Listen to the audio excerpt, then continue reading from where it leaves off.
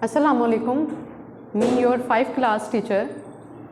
Hope so you are fine and safe at home. And I request you to all, you must do written practice at your home. It's cover your deficiency.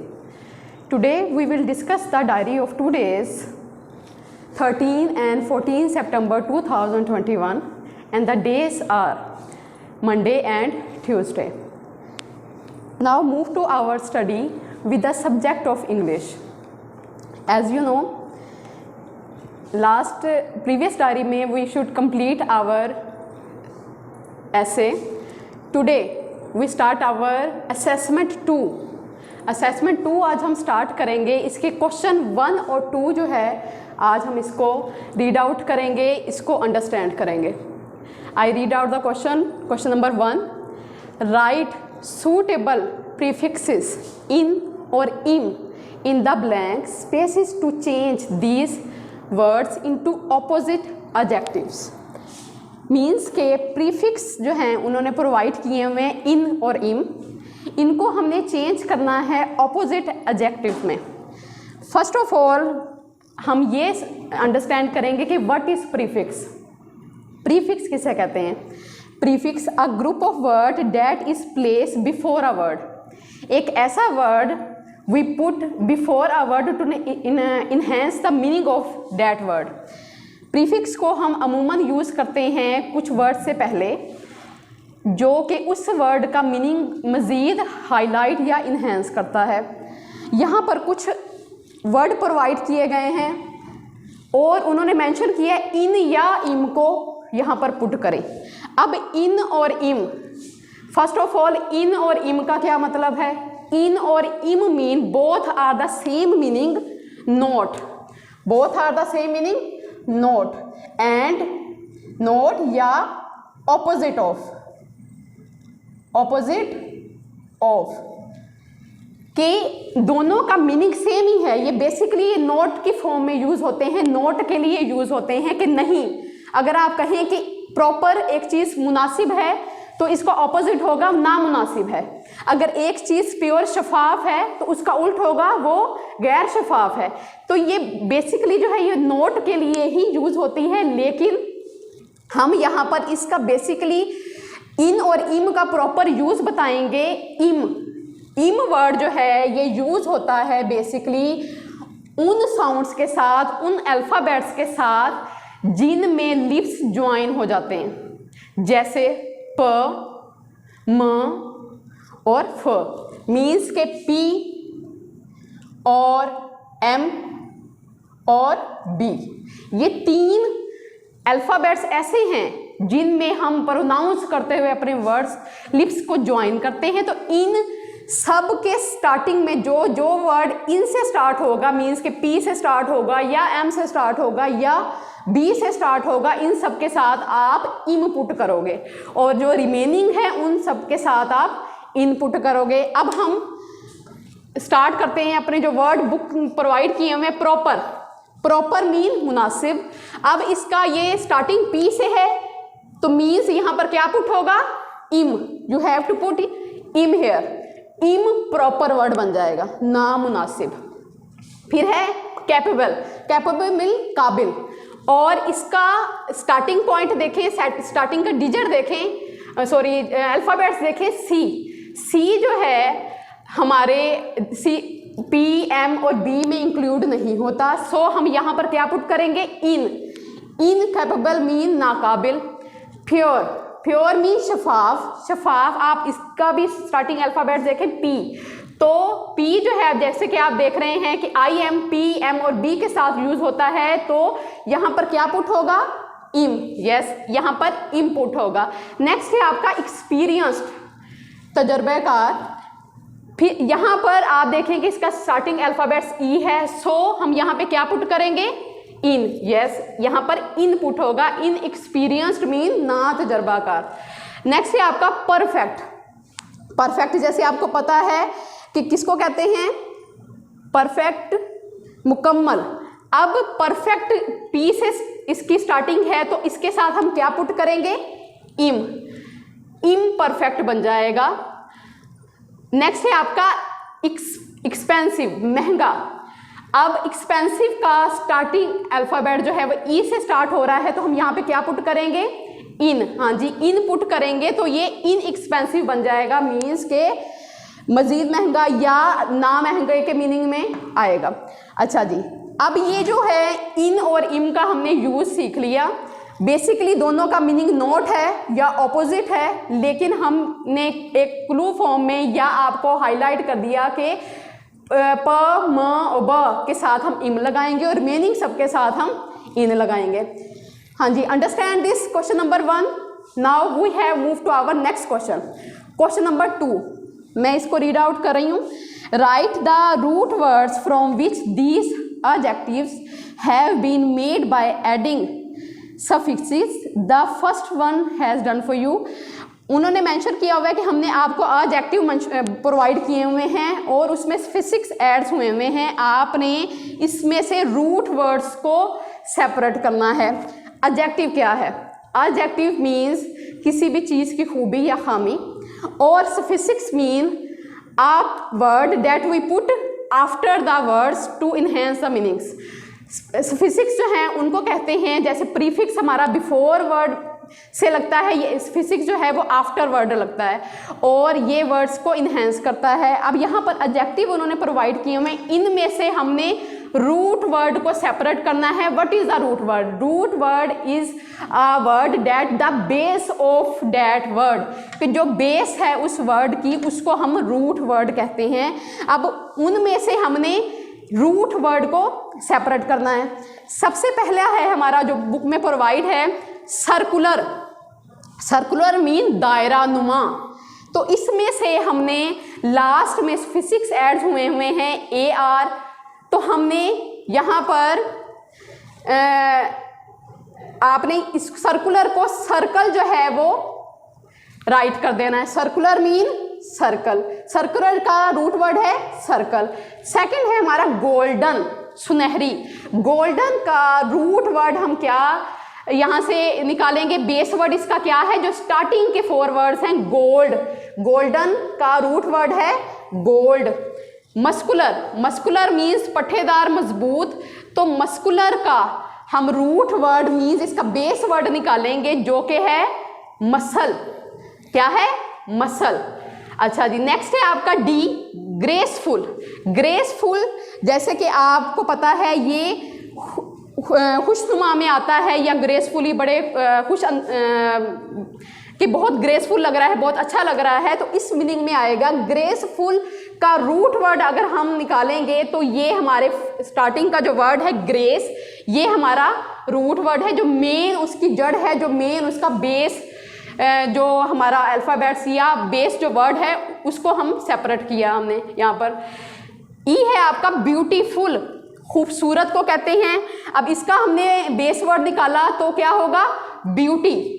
Beauty is the root word of these adjective. Next है आपका friendly. Friendly mean दोस्ताना, और आपने इसका जब root word इसको separate किया, base word निकाला, तो वो हमारा था फ्रेंड। हमने लास्ट के जो सफिक्स हैं उसको अलग करके हमारे जो रूट वर्ड हैं उसको हमने राइट करना है उसके सामने वाले कॉलम में। These are your 2 question, you have to do written practice at your home. और उम्मीद करती हूँ कि आपको इन दोनों क्वेश्चंस की अंडरस्टैंडिंग आसानी से हो गई होगी और अच्छे तरीके से हो गई होगी। Now move to our next subject which is social study, SST। Unit number 7 हमारा स्टार्ट है। टॉपिक क्वेश्चन नंबर 3 हमारा कंटिन्यू था, उसका पार्ट है 1, जिसमें हमने प्रीवियस लेक्चर में पंजाबी कल्चर को अंडरस्टैंड किया। आज हम नेक्स्ट 2 कल्चर के बारे में पढ़ेंगे जो कि Sindh culture and Pakhtun culture हैं। मैं इसकी रीडिंग कर रही हूँ and after that I explain it. Sindh culture. Sindh is the land of religious mystics and saints. Sindh जो है वो मजहबी सूफिया कराम और पीर औलिया की सरजमीन माना जाता है।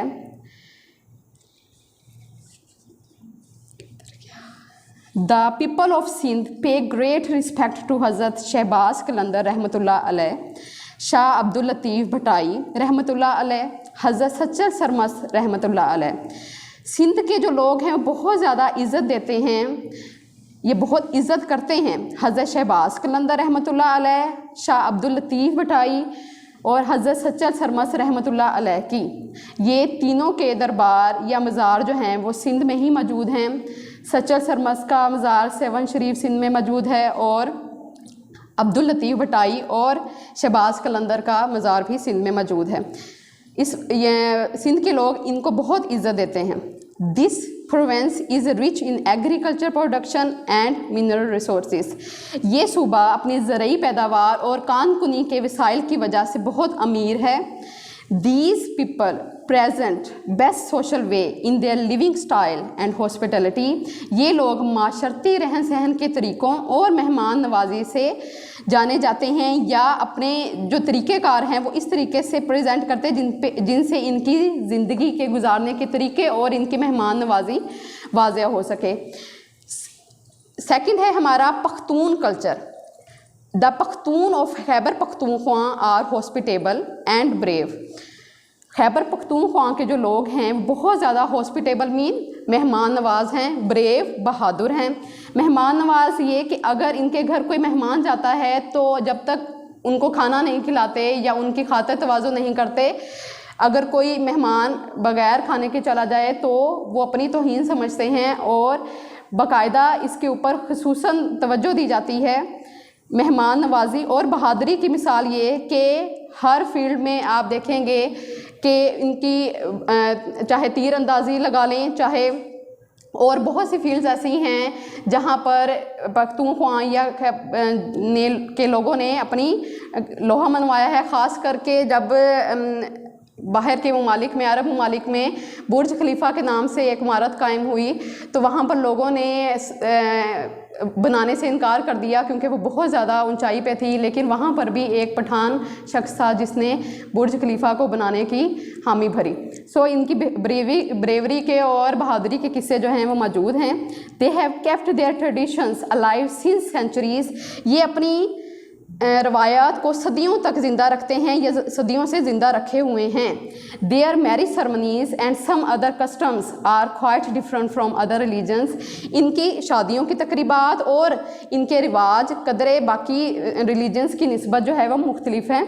जैसे कि यहाँ पर लोग जो हैं वो इकट्ठे होते हैं हर शाम को, जिसको हुजरे का नाम कहा जाता है और लेटेस्ट दौर में उसको कम्युनिटी हॉल कहा जाता है, जहाँ पर लोग वो सारा दिन के जो मसाइल होते हैं उसको डिस्कस करते हैं और जो भी मामलात हों वो वहीं पर ही सॉर्ट आउट करते हैं। पंचायत का रवाज अभी तक वहाँ पर मौजूद है। खटक डांस जो है बहुत मशहूर है पख्तूनख्वा के लोगों के लिए कि हर फंक्शन में, हर अपनी खुशी में वो लाजमी उसको शामिल करते हैं। ये 2 पॉइंट्स हैं, सिंध कल्चर और पख्तून कल्चर, जो आप लोग अच्छे से लर्न करेंगे और रिटन प्रैक्टिस भी मस्ट करेंगे स्पेलिंग के साथ। Let's move to our next subject which is OPD. OPD page number 2 हमने स्टार्ट किया है प्रीवियस 2 डेज से। वर्ड्स हम आज इसके रीड आउट करेंगे 16 to 21 वर्ड्स और आप इसको लर्न करेंगे 1 से 21 means full page you have to learn. 16 forearm शहादत की उंगली, 17 राइट हैंड दाहिना हाथ, 18 नकल उंगलियों के दरमियानी जोड़, 19 स्पैन बालिश्त, 20 थंब अंगूठा, 21 रिस्ट कलाई। ये 21 तक वर्ड्स हैं आपके जो आप लर्न करेंगे ओपीडी के फुल पेज नंबर 2 आज कंप्लीट हो गया आपका। Now move to our next subject जो कि उर्दू है। उर्दू का हमारा सबक सिंगापुर की सैर हमने स्टार्ट किया हुआ है। प्रीवियस लेक्चर में हमने उसके सवाल जवाब 1 ता 3 किए थे। आज हम 4 और 5 आज क्वेश्चन करेंगे। इसको मैं रीड आउट कर रही हूँ। सवाल नंबर 4, आइंदा तौबा की जब तक सिंगापुर में रहेंगे किसी को धक्का नहीं देंगे। इस जुमले में तंज और मजाक का जो पहलू है वो अपने अल्फाज में लिखें। जवाब है मुसन्निफ ने पाकिस्तानियों की धक्का देने, कतार ना बनाने की आदत और इखलाकियात को नज़रअंदाज करने पर तंज करते हुए मज़ाहिया अंदाज में तौबा की है। मुसन्निफ़ जब सिंगापुर गया तो वहाँ पर केबल कार के सफ़र के लिए एक लंबी सी कतार लगी हुई थी। उस कतार में लोग खड़े थे, तो मुसन्निफ़ ने अपने आगे वाले मुसाफिर को जब धक्का दिया तो उसने पलटकर उससे माजरत की, जैसे उसको एहसास दिलाया कि जैसे उस शख्स की गलती थी, हमारी नहीं। हमें मुसन्निफ़ को उस वक्त महसूस हुआ कि मैंने इसको धक्का दिया है, इसने उल्टा मुझसे लड़ने की बजाय मुझसे माजरत की है। वहाँ पर बहुत वेल मैनर्ड लोग हैं जो कि बड़े तरीके के साथ जो है अपनी ज़िंदगी गुजारते हैं और वहाँ पर अपनी बारी का भी इंतज़ार करते हैं और कतारों को ब्रेक नहीं करते और कतार में ही खड़े होते हैं। उसने ये तौबा कर ली कि जब तक मैं सिंगापुर में रहूँगा किसी को धक्का नहीं दूँगा। क्योंकि आपने रीडिंग में ये पढ़ा था, मैंने रीडिंग से ही आपको ये बात बताई है, जो हमने रीडिंग में इसकी रीडिंग जो है हमने की थी, इसकी पढ़ाई जो की थी उसमें मौजूद थी। इसका सवाल नंबर 5 है, मौसीकी की धुन पर पानी नाच रहा था, गालबन ये आखिरी चीज़ है जिसे इंसान ने अपने इशारों पर नचाया।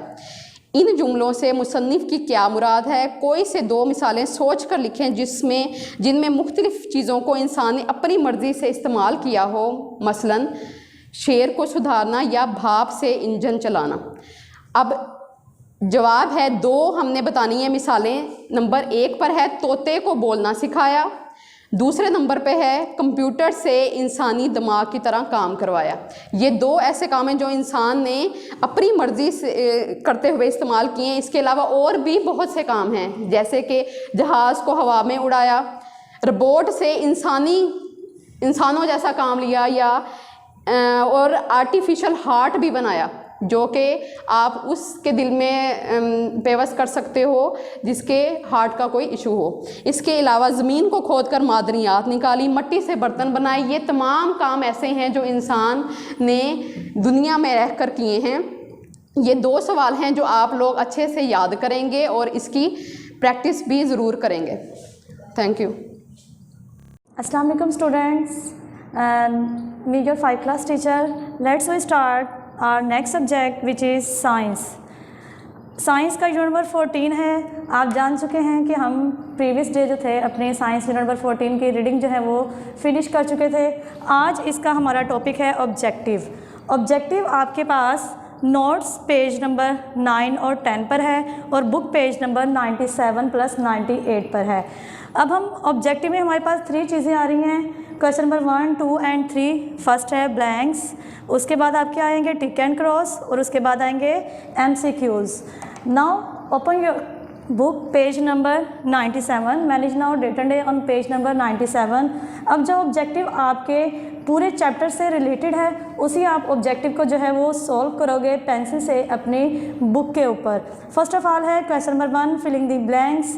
The force exerted by a magnet is called dash, कि जो ताकत मैग्नेट लगाएगा उस फोर्स को क्या कहते थे? मैग्नेटिक फोर्स, मकनातीसी ताकत कहते थे। सेकेंड है freely suspended magnet always stays in the dash direction, कि एक आज़ादाना मोलक जो है वो मैग्नेट हमेशा जो है वो कहाँ आकर रुकता है? नॉर्थ साउथ डायरेक्शन में, क्योंकि इसे हमने 2 पोल्स ही बताए थे, नॉर्थ और साउथ। कुतब जो हैं वो 2 ही होते हैं, नॉर्थ और साउथ। द थर्ड है the area around a magnet where the magnetic force acts is called dash. अब मैंने आपको रीडिंग में बता दिया था आपको कि जिस एरिया में मैग्नेट की ताकत होगी वो एरिया क्या कहलाएगा? मैग्नेटिक फील्ड कहलाएगा। इसके ब्लैंक में क्या आएगा? मैग्नेटिक फील्ड आएगा। नंबर 4 है the earth behaves as a huge magnet and has 2 dash, कि अर्थ जो है वो एक मैग्नेट की तरह जो है वो बर्ताव करती है और इसके 2 क्या होते हैं? पोल्स होते हैं, 2 कुतब होते हैं। नंबर 5 ब्लैंक पर है the correct direction can be located at any place with the dash, कि अगर आप किसी भी जगह हों तो आप कंपस के ज़रिए से सिंध मालूम करना चाहते हैं तो आप क्या यूज़ करेंगे? कंपस का इस्तेमाल करेंगे। तो इसके ब्लैंक्स में क्या आएगा? कंपस आएगा। नंबर 6 पे है the opposite poles of a bar magnet dash each other, कि अगर उन दोनों के कुतब चेंज होंगे, ठीक है, मैग्नेट के ऊपर एक साइड पर नॉर्थ होगा और एक साइड पर साउथ होगा, तो क्या होगा? वो क्या करेंगे? एक दूसरे को अट्रैक्ट करेंगे। तो ब्लैंक के अंदर आपने क्या राइट करना है? Attract each other. नंबर 7 पे है the compass needles is also a needle like dash, कि जो मकनातीस की सिंध बताने वाली जो सुई होती है, आला होता है जो सिंध बताता है, उसकी जो सुई है वो नीडल लाइक क्या होगी, मैग्नेट, मकनातीस की तरह होगी, कि जो उसकी नीडल होगी वही मकनातीस होगा। नंबर 8 पे ब्लैंक है, the south pole of the earth magnet lies at the geographic dash, कि अगर आपके पास जो मैग्नेट है उसके ऊपर आपकी डायरेक्शन साउथ पोल जो है वो मेंशन की गई है, तो हमारी ज़मीन का क्या होगा, ऑपोजिट होगा, मीन क्या होगा, नॉर्थ होगा। तबई लिहाज से हमारी ज़मीन का नॉर्थ पोल होगा। ये आपकी 8 ब्लैंक्स हैं, ये फिनिश हो चुकी हैं। आपने इन ब्लैंक्स को सॉल्व करना है विद पेंसिल, और स्पेल्स लर्न करने के बाद आप इसको सॉल्व करेंगे। Let's we move second question, put a tick for the correct and cross for the false statement, कि अगर आपके पास यहाँ जो है वो टिक क्रॉस दिए हुए हैं, स्टेटमेंट दी हुई है, अगर वो टिक होगी, ठीक होगी तो आप टिक का जो है वो निशान पुट करेंगे, और अगर वो क्रॉस होगी तो आप क्रॉस का निशान जो है वहाँ पेंसिल से पुट करेंगे। फर्स्ट ब्लैंक है, फर्स्ट टिक क्रॉस है आपका, a magnet pulls many object towards it, क्या मैग्नेट जो है वो बहुत सारे इस साम को अपनी तरफ अट्रैक्ट करता है, तो ये क्रॉस है, क्योंकि हमने रीडिंग में पढ़ा था कि ये आयरन, निकल और कोबाल्ट मीन मेटल्स को जो है वो अपनी तरफ जो है वो अट्रैक्ट करेगा। सेकेंड है, the north pole of the earth magnet points toward the south, कि अगर हमारे पास मैग्नेट का नॉर्थ पोल होगा तो वो किस तरफ होगा, साउथ की तरफ जो है वो अर्थ का जो है वो डायरेक्शन होगी, तो ये टिक होगा, क्योंकि ये ऑपोजिट होगा, नॉर्थ होगा तो साउथ होगा, ईस्ट होगा तो वेस्ट होगा। थर्ड है हमारे पास, some time a needle compass needle determines the wrong direction, क्या बाज़ औक़ात जो है वो सिंथ बताने वाला आला जो है उसकी सुई क्या हमें बाज़ औक़ात गलत डायरेक्शन बताती है, तो ये क्रॉस है, बल्कि ये करेक्ट डायरेक्शन ही बताएगी। अगर उसके अंदर कोई प्रॉब्लम होगी तो ही वो हमें रॉन्ग डायरेक्शन बताएगी। नेक्स्ट है आपके पास, a compass needle always stays in the direction of the east west, कि जो हमारी सिंध बताने वाली सुई है वो हमेशा ईस्ट वेस्ट डायरेक्शन में आके रुकती है। ये रॉन्ग है, क्योंकि ईस्ट वेस्ट जो है वो हमारे पोल्स नहीं है, कुतुब नहीं है, कुतुब हमारे 2 ही हैं, वो नॉर्थ और साउथ पोल्स हैं। तो ये आपका जो है वो स्टेटमेंट क्या होगी, क्रॉस होगी। आप जो है वो क्रॉस का जो है वो साइन पुट करेंगे। नेक्स्ट है 6, the like poles of magnet attract each other, कि जो एक जैसे पुल होंगे क्या वो एक दूसरे को अट्रैक्ट करेंगे, तो ये फॉल्स है। हमने रीडिंग में पढ़ा था कि ऑपोजिट पोल्स जो होते हैं वही जो हैं वो अट्रैक्ट करते हैं, और जो एक जैसे पोल्स होते हैं वो एक दूसरे को रिपेल करते हैं, दूर धकेलते हैं। यहाँ तक आपके टिक क्रॉस थे, ये कंप्लीट हो चुके हैं। आपने पेंसिल से जो है वो मार्क करने हैं टिक और क्रॉस, साइन पुट करने हैं आपने, ट्रू और फॉल्स के स्पेल्स राइट नहीं करने। क्वेश्चन नंबर 3 है हमारे पास MCQs। क्वेश्चन है सर्कल द करेक्ट आंसर, आपके ऊपर स्टेटमेंट यहाँ दी होगी, उसके साथ आपको जो है वो ऑप्शंस दिए जाएंगे A B C, जो इसमें करेक्ट होगा आपने उसके जो है वो सर्कल पुट करना है। फर्स्ट वन है, the north pole of the earth magnet lies at the geographic of the earth, कि हमारा नॉर्थ पोल होगा अर्थ मैग्नेट का, तो उसके ऑपोजिट साइड पर तबई लिहाज से हमारी ज़मीन का क्या होगा, साउथ पोल होगा। सेकंड है like poles of a magnet, कि अगर एक जैसे पोल होंगे तो वो क्या करेंगे, attract each other, repel each other, have no effect on each other, तो इसका करेक्ट आंसर क्या है, रिपेल ईच अदर, जैसा कि आप रीडिंग में पहले ही पढ़ चुके हैं कि एक दूसरे को दूर धकेल देंगे। A compass needle is, compass needle क्या है, second name of the north pole है, the second name of the south pole है, या a device to locate the correct direction. जी इसका आंसर है आ डिवाइस, एक ऐसा आला है जो हमें जो है वो सही सिंध बताता है। नंबर 4 पे है MCQs, a magnet can attract the objects made of, कि मैग्नेट किन ऑब्जेक्ट्स को अपनी तरफ जो है वो अट्रैक्ट करता है, रबर, कॉपर या आयरन, आयरन आएगा। नंबर 5 है the number of poles of the earth magnet, अब आपके पास है कि जो हमारी ज़मीन का मकनातीस है उसके कितने कुतब हैं, उसके 2 पोल्स हैं, north and south pole. Number 6 पे है for identification the north pole of the compass needle is painted, कि आपको निशानदही के लिए कि नॉर्थ पोल कौन सा है, तो आपके कंपास नीडल पर किस कलर का पेंट होता है, वाइट, ग्रीन और येलो, या रेड और ब्लू, तो इसका करेक्ट आंसर है रेड और ब्लू। आप इसके जो है वो सर्कल जो है वो पुट करेंगे रेड और ब्लू के ऑप्शन पे। नंबर 7 पे है a freely suspended magnet always stage, कि एक आज़ादाना जो मोलक है मैग्नेट होगा वो किस डायरेक्शन में आकर स्टे करेगा। आप बार बार रीडिंग में पढ़ चुके हैं कि हमेशा ये नॉर्थ और साउथ डायरेक्शन में ही आके मूव करेगा, तो आंसर क्या है आपका बी है, नॉर्थ साउथ वाइज। लास्ट आपका MCQs है the qibla is directed to east north या वेस्ट। लास्ट पैराग्राफ में रीडिंग में हम पढ़ चुके थे कि हमारा जो किबला है वो किस तरफ है, ईस्ट की तरफ है, नॉर्थ की तरफ है या वेस्ट की तरफ है। तो करेक्ट आंसर इज है वेस्ट। अब आपकी जो है वो ऑब्जेक्टिव जो है वो कंप्लीट हो चुकी है। आप अपने बुक्स पर लर्निंग के बाद जो है इस ऑब्जेक्टिव को खुद जो है ओरल जो है सोल्व करना है। मैं अगेन रिपीट कर रही हूँ कि साइंस की जो आपकी ऑब्जेक्टिव है पेज नंबर 97 बुक पर, आप इसको ओरल जो है वो लर्न करके इसकी ऑब्जेक्टिव को जो है वो आप पेंसिल से बुक के ऊपर सॉल्व करोगे। Let's we move to our next subject which is maths. जैसे कि आप जानते हैं मैथ्स का हम एक्सरसाइज 6.2 ही कर रहे हैं, यूनिट नंबर 6 यूनिटरी मेथड की सेकंड एक्सरसाइज है हमारे पास, एक्सरसाइज 6.2। इसमें मैं आपको कल बता चुकी थी टू मेथड्स के बारे में। इस एक्सरसाइज में यूज़ होंगे डायरेक्ट और इन्वर्स मेथड होंगे। टू मेथड होंगे। इसमें हमने सबसे पहले आज जो है वो क्वेश्चन नंबर 3 करना है। क्वेश्चन नंबर 3 की स्टेटमेंट मैं रीड आउट कर रही हूँ। असर types 450 words in half an hour. यहाँ तक हमारी स्टेटमेंट पहली जो है वो कंप्लीट हो गई है। इसमें वो क्या कह रहा है कि असद ने जो है वो 450 जो वर्ड्स थे वो कितने मिनट में टाइप किए, half an hour. Half an hour में कितने मिनट्स होते हैं, आधा घंटा है, तो आधे घंटे में कितने मिनट्स होते हैं, 30 मिनट्स। अब हम हाफ एन आवर मेंशन नहीं करेंगे, हम 30 मिनट्स राइट करेंगे।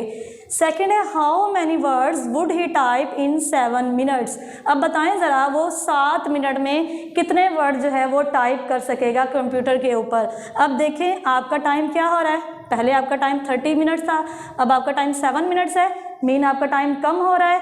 तो आप बताएं ज़रा कम टाइम में वो ज़्यादा राइट कर सकेगा या कम राइट कर सकेगा। यकीनन वो कम टाइम में कम वर्ड्स ही राइट करेगा। मीन दोनों आपकी वैल्यूज़ क्या हो रही हैं, डिक्रीज़ हो रही हैं। रफ वर्क में मैंने राइट किया है, हम वर्ड और टाइम राइट करेंगे। पहले 30 मिनट था, फिर 7 मिनट्स हो गए। मीन टाइम कम हो रहा है तो हमारे वर्ड्स पहले 450 थे। जब टाइम कम होगा तो वर्ड्स भी कम ही होंगे। मीन ये कौन सा मेथड है, डायरेक्ट मेथड है, क्योंकि इसमें दोनों चीज़ें जो हैं वो डिक्रीज़ हो रही हैं। अब स्टेटमेंट बनाना मैं आपको सिखाऊंगी। आप पहले पढ़ चुके हैं स्टेटमेंट के फर्स्ट लाइन की आपकी फर्स्ट स्टेटमेंट होती है। जो 2 वैल्यूज़ आपको मालूम होती हैं वो उसकी आप स्टेटमेंट बनाते हो, और जो 1 वैल्यू आपको क्वेश्चन में दी होती है आप उसकी जो है वो उसको फाइंड आउट करते हो। इसमें हमने फाइंड आउट क्या करना है, हमने वर्ड्स फाइंड आउट करने हैं। सोल्यूशन की हेडिंग देंगे। नेक्स्ट आप स्टेटमेंट राइट करेंगे, Asar types in 30 minutes is equal to 450 words. अब आपके पास 30 मिनट है और आपके पास 7 मिनट्स हैं। पहले आपने मालूम करना है कि 1 मिनट में कितने वर्ड्स राइट करेगा। तो हम क्या करेंगे, Asar type in 1 minute is equal to, और आपको पता है 6.2 एक्सरसाइज 6.1 एक्सरसाइज में 1 की वैल्यू मालूम करने के लिए आप डिवाइड करते हैं। तो आप किससे डिवाइड करेंगे, 450 डिवाइडेड बाय 30। रफ वर्क में आप जाएंगे 31 टाइम 30, 5 में से 0 गए, 5 आ गया, 4 में से 3 गए, 1 आ गया, ये 15 बन गया। 30 के टेबल पे 15 तो आता नहीं है, तो ऊपर से क्या हम नीचे लेकर आएंगे, 0 जो है वो हमारा नीचे आ जाएगा, ये 150 बन जाएगा। अब आप 30 का टेबल पढ़ेंगे 5 तक, तो क्या आ जाएगा आपके पास 150। तो आपके पास कितने वर्ड्स आ जाएंगे, 15 वर्ड्स आ जाएंगे कि वो 1 मिनट में 15 वर्ड्स राइट करेगा। अब हमने मालूम कितने मिनट्स में करना है, 7 मिनट्स में मालूम करना है। तो हमारे पास जो आंसर 15 आएगा उसको हम 7 से मल्टीप्लाई करेंगे। थर्ड स्टेटमेंट आपकी बनेगी, असर टाइप्स इन 7 मिनट्स, कि अब 7 मिनट में वो कितने वर्ड राइट करेगा, 15 × 7 इज इक्वल टू, जब आप 15 का टेबल 7 तक पढ़ेंगे तो आपके पास आंसर आएगा 105 वर्ड्स। मीन 105 वर्ड जो है वो 7 मिनट में राइट करेगा। मीन आपकी वैल्यू क्या हो रही है, डिक्रीज हो रही है। तो ये कौन सा मेथड था, हमने डायरेक्ट मेथड पढ़ा था। अब है क्वेश्चन नंबर 4। क्वेश्चन नंबर 4 की स्टेटमेंट पहले पढ़ेंगे। A worker is paid RS 7000, mean RS किसकी एब्रीवेशन है, रुपीज़ की। तो हम इसे रुपीज़ पढ़ेंगे या RS पढ़ लें, ₹7,500 फॉर 6 डेज वर्क, के एक जो मजदूर है उसे 6 दिन की कितनी उजरत मिली, 7,500 रुपये मिली। If he works for 23 days, कि अगर वो 23 दिन तक काम करता है, how much will he get, तो वो कितने पैसे उसे मिलेंगे। अब देखें यहाँ पहले डेज कम थे, अब डेज ज़्यादा हो रहे हैं। जब वो ज़्यादा दिन काम करेगा तो क्या उसे कम उजरत मिलेगी, बिल्कुल नहीं। अगर वो ज़्यादा दिन काम करेगा तो उसे उजरत भी ज़्यादा मिलेगी। मीन इसमें आपकी 2 वैल्यूज़ क्या हो रही हैं, दोनों वैल्यूज़ इंक्रीज़ हो रही हैं। प्रीवियस क्वेश्चन नंबर 3 में आपकी 2 वैल्यूज़ जो थी वो डिक्रीज़ हो रही थी, इसमें दोनों वैल्यूज़ इंक्रीज़ हो रही हैं लेकिन दोनों सेम जा रही हैं। तो आपके रुपीज़ भी बढ़ रही हैं और आपके डेज भी बढ़ रहे हैं। तो ये भी कौन सा मेथड होगा, डायरेक्ट मेथड होगा। मीन हम डायरेक्ट मेथड में पहले डिवाइड करेंगे एंड देन मल्टीप्लाई। स्टेटमेंट का वही असूल है, उसी रूल के अकॉर्डिंग आप स्टेटमेंट बनाएंगे। सॉल्यूशन के बाद हेडिंग देंगे आप अ worker paid for 6 days. 6 days के लिए उसे कितने पैसे दिए गए हैं? ₹7,500। अब हमने 1 डे मालूम करना है कि एक दिन में अगर वो एक दिन काम करेगा तो उसे कितने पैसे दिए जाएंगे। A worker paid for 1 day is equal to 7,500 divided by 6। जब आपने 7,500 को डिवाइड किया, सबसे पहले देखिए बाहर एक वैल्यू है और अंदर भी हम एक ही वैल्यू लेंगे क्योंकि ये इजीली इसके ऊपर डिवाइड हो रही है। 6 1 टाइम 6 आ जाएगा, 7 में से 6 आपने माइनस किए, 1 आ गया। अब इस वैल्यू को बड़ा करने के लिए ऊपर से आप 5 लेकर आएंगे। 6 का टेबल पड़े जहाँ 15 से कम वैल्यू है तो 6 2 टाइम 12 होगा। 5 में से 2 जब माइनस करेंगे तो 3 आएगा। ऊपर से हमारे पास क्या वैल्यू आएगी? 0 आएगी। और हमने क्या किया, 6 का टेबल पढ़ेंगे जहाँ 30 आएगा। 6 5 टाइम 30 होगा। ये कंप्लीट सॉल्व हो गया। हमारे पास ये 0 जो है वो रिमेनिंग बचा हुआ है, इसको हम क्या करेंगे, 0 को नीचे लेकर आएंगे। फिर 6 का टेबल पड़े जहाँ 0 आएगा, 6 0 टाइम 0 करेंगे तो हमारे पास ये जो वैल्यू है वो पूरी सॉल्व हो जाएगी। तो एक दिन की उसकी उजरत कितनी बनेगी? ₹1250। और हमने मालूम कितने करनी है? 23 डेज मालूम करने हैं कि 23 दिन में जो वो काम करेगा उसके लिए हिसाब से उसे कितने पैसे जो हैं वो मिलेंगे। थर्ड स्टेटमेंट बनाएंगे, a worker paid for 23 days is equal to, आपके पास जो एक दिन की उजरत आएगी आप उसको 23 डेज के साथ मल्टीप्लाई करेंगे तो आपका आंसर क्या आ जाएगा? 28,750 रुपये। अब आपने इसके साथ कौन सा जो है वो यूनिट पुट करना है? स्टार्ट में आपके पास आपने क्या मालूम करना था? रुपीज़ मालूम करने हैं, तो आपने नीचे आंसर के साथ भी रुपीज़ का ही यूनिट जो है वो मस्ट लगाना है। यहाँ तक हमारे मैथ के 2 क्वेश्चन जो हैं वो सॉल्व हो चुके हैं। दोनों मेथड हमारे पास डायरेक्ट थे। आप इनकी रिटर्न प्रैक्टिस जो है वो घर में मस्ट करोगे। साथ ही आप नंबर टेबल 19 जो है वो अपने घर में ओरल जो है वो लर्न करोगे। Now we move to our next subject. Next subject है हमारा इस्लामियात। इस्लामियात का सबक है वादे की पाबंदी। अब इसके जायज़ा मीन लॉन्ग क्वेश्चन जो हैं वो स्टार्ट हुए हैं। सवाल नंबर 1 आपने लिस्ट करना है। नोट्स का पेज नंबर 9 होगा। सवाल है आपका, उसवा हुस्ना की रोशनी में वादे की पाबंदी बयान करें। कि मीन हजूर पाक सल्लल्लाहु अलैहि वसल्लम की ज़िंदगी में वादे की पाबंदी की जो मिसाल है हमने वो बयान करनी है। नोट्स पेज नंबर 9 ओपन करेंगे। क्वेश्चन मैं रीड आउट कर चुकी हूँ, अब हम जवाब की तरफ आएंगे। प्यारे नबी सल्लल्लाहु अलैहि वसल्लम की सीरत आला इखलाक का बेहतरीन नमूना है।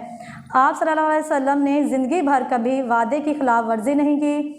आप सल्लल्लाहु अलैहि वसल्लम के कौल और फ़ेल में कभी तज़ाद ना होता था। मीन आप जो कहते वो करते भी थे। जंग बदर के मौके पर एक सहाबी हुज़ैफ़ा रज़ी अल्लाह तआला अन्हो बिन यमान दुश्मन के काबू में आ गए।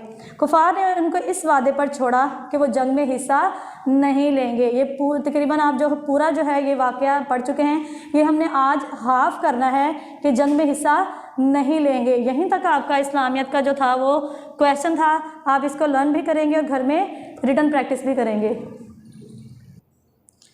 अस्सलामु अलैकुम वरहमतुल्लाहि वबरकातुहू। इस उम्मीद के साथ कि आप सब लोग अपने घरों में ठीक होंगे और वक्त ज़ाया नहीं कर रहे होंगे, सबक अच्छी तरह से लर्न करके अपने किसी भी ट्यूटर को सुना रहे होंगे।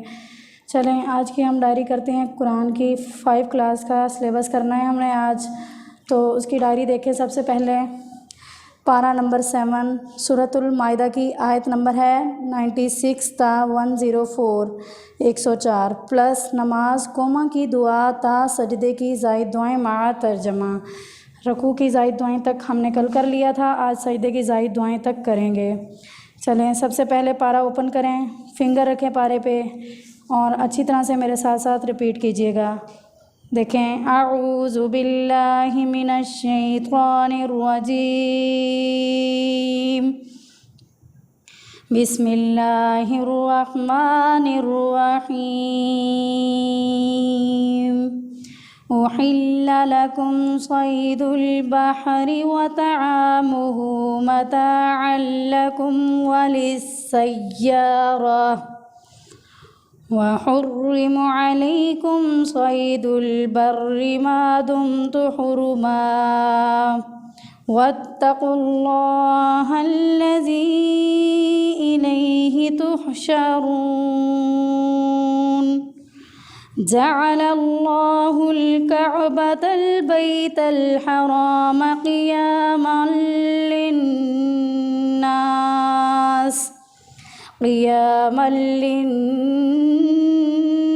वश्शहरल हराम वल हदिय वल क़लाइद ज़ालिका लितअलमू अन्नल्लाह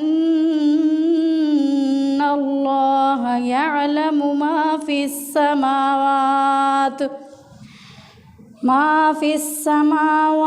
व मा फ़िल अर्ज़ि व अन्नल्लाह बिकुल्लि शैइन अलीम। इअलमू अन्नल्लाह शदीदुल इक़ाबि व अन्नल्लाह गफ़ूरुर रहीम। मा अलर रसूलि इल्लल बलाग़ वल्लाहु यअलमु मा तुबदून व मा तक्तुमून। क़ुल ला यस्तविल ख़बीथु वत्तय्यिबु वलौ अअजबक कसरतुल ख़बीथ वत्तक़ुल्लाह या उलिल अलबाबि लअल्लकुम तुफ़्लिहून। या अय्युहल्लज़ीना आमनू ला तसअलू अन अशियाअ इन तुबद लकुम तसुकुम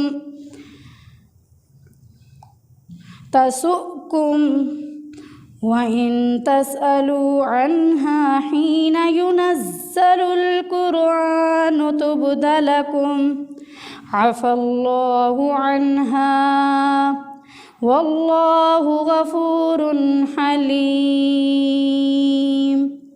क़द सअलहा क़ौमुम मिन क़ब्लिकुम सुम्मा अस्बहू बिहा काफ़िरीन। मा जअलल्लाहु मिन बहीरतिन वला साइबतिन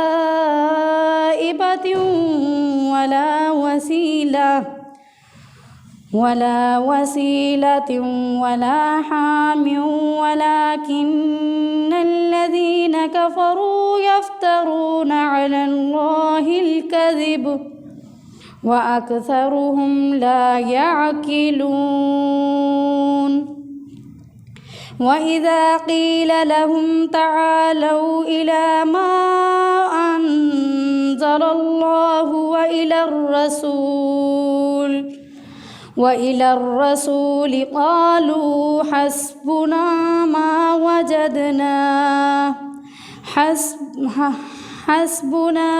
वजदना अलैहि आबाअना अवलौ कान आबाउहुम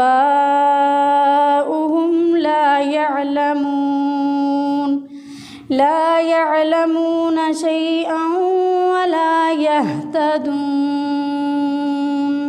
सदक़ल्लाहुल अज़ीम।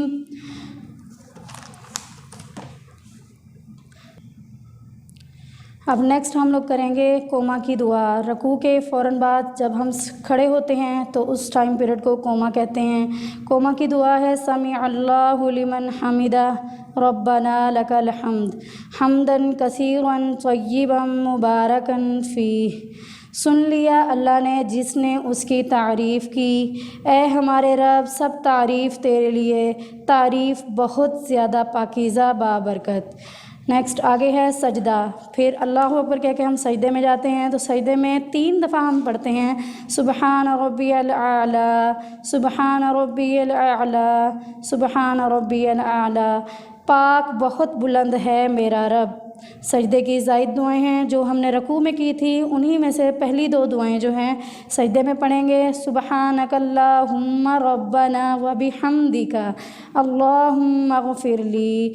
पाक है तू ए अल्लाह, ए हमारे रब, अपनी तारीफ़ के साथ ए अल्लाह मुझे बख्श दे। नंबर 2, सुब्बूहुन कुद्दूसुन रब्बुल मलाइकति वर्रूह। बहुत पाक, बहुत मुक़द्दस है फ़रिश्तों और रूह का रब। बहुत ही आसान सबक है, अच्छा सा लर्न कीजिएगा। और सब बच्चों ने 5 वक्त की नमाज की लाज़मन पाबंदी करनी है, सबकी पूरी 5 नमाज़ें होनी चाहिए। अस्सलामु अलैकुम व रहमतुल्लाहि व बरकातुहू।